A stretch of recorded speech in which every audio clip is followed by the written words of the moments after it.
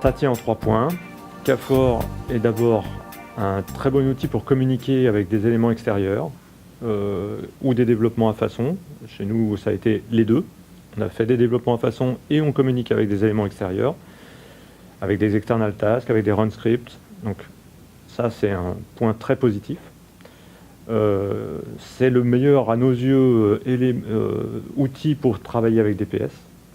Je pense que c'est très facile. Il y a des éléments, il y a des tâches qui peuvent être automatisées et qui nous permettent de déposer des folios automatiquement. Là-dessus, c'est très bien. Et le troisième, c'est que ça peut servir à des flux complexes, à des flux moins complexes. Et par exemple, le flux Frint peut être un flux très rédactionnel, mais moins automatisé, alors que le flux digital est très automatisé et moins rédactionnel. Et le CAFOR arrive à s'adapter à tous les workflows.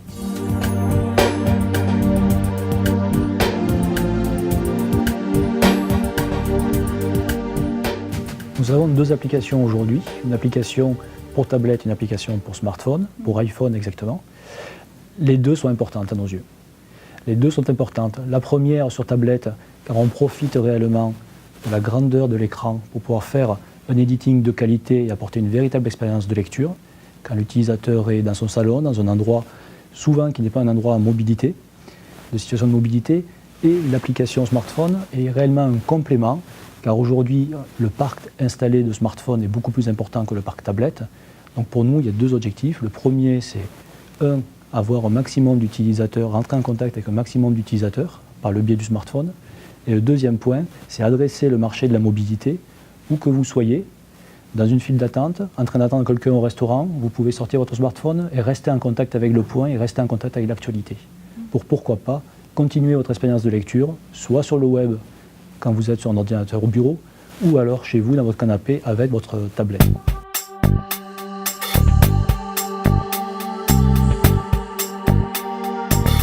Nous n'avons pas encore de version Android, mais ce n'est qu'une question de temps. C'est juste que nous n'avons pas encore produit les éléments qui vont nous permettre de distribuer cette version avec Google. Mais sinon, le fait de fabriquer cette version, dans CAFOR, c'est déjà fait. Le problème étant de la distribuer.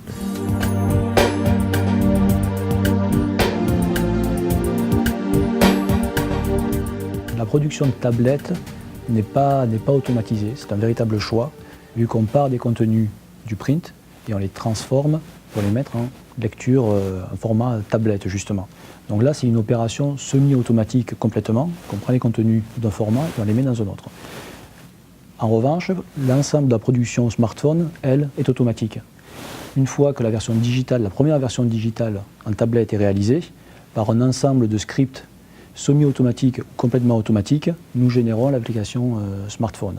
Et la proportion, aujourd'hui, on est sur 20% d'automatique complètement, dans lequel les pages ne sont pas retouchées, contre 80% semi-automatique, pour lequel l'utilisateur, le maquettiste, ne part pas d'une page blanche et fait des copier-coller, pas du tout. Il a déjà une première mise en page qui a été réalisée par des scripts, et il n'a plus qu'à faire une vérification, faire les bons positionnements pour adapter par exemple une image d'ouverture à la bonne taille, refaire un cadrage, et pourquoi pas un SR, un secrétaire de rédaction, peut venir aussi remodifier le titre pour avoir un titre plus adapté à une consultation à mobilité contre un titre qui serait issu du print ou issu d'une tablette avec encore une fois un écran beaucoup plus large où on peut se permettre plus de fantaisie.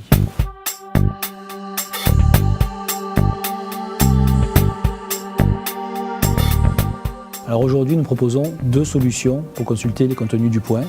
Un abonnement à une formule entièrement digitale qui vous donne accès au contenu du point sur le web, via un navigateur, sur smartphone ou sur tablette, et une offre enrichie de la version papier pour vous permettre de recevoir à la maison une version papier et également de profiter du point en situation de mobilité, en situation de consultation digitale, donc sur la tablette, sur le desktop et sur le smartphone.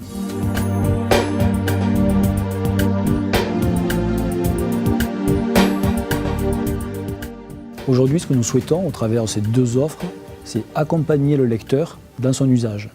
Donc clairement, une première cible, c'est l'abonné classique qui a sa consultation papier et qui ont envie de pouvoir justement étendre l'expérience de lecture.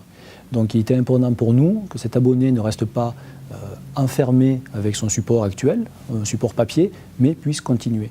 Donc l'objectif et le développement, on pense qu'il va d'abord passer par une évangélisation de nos abonnés papier pour les amener vers ces nouveaux supports numériques. Ça, c'est le premier point. Le deuxième point, c'est la conquête de nouveaux abonnés.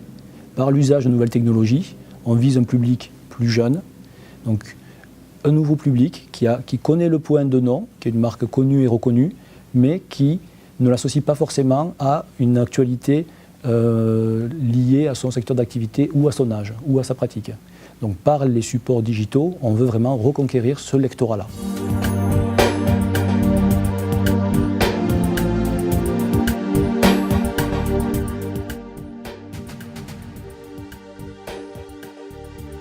Il est clair que la version paywall, c'est pas tout à fait notre axe. Nous avons considéré que normalement, un utilisateur doit être abonné pour pouvoir profiter de la totalité de notre offre. Qu'elle soit sur le web, qu'elle soit digitale, qu'elle soit print, qu'elle soit papier.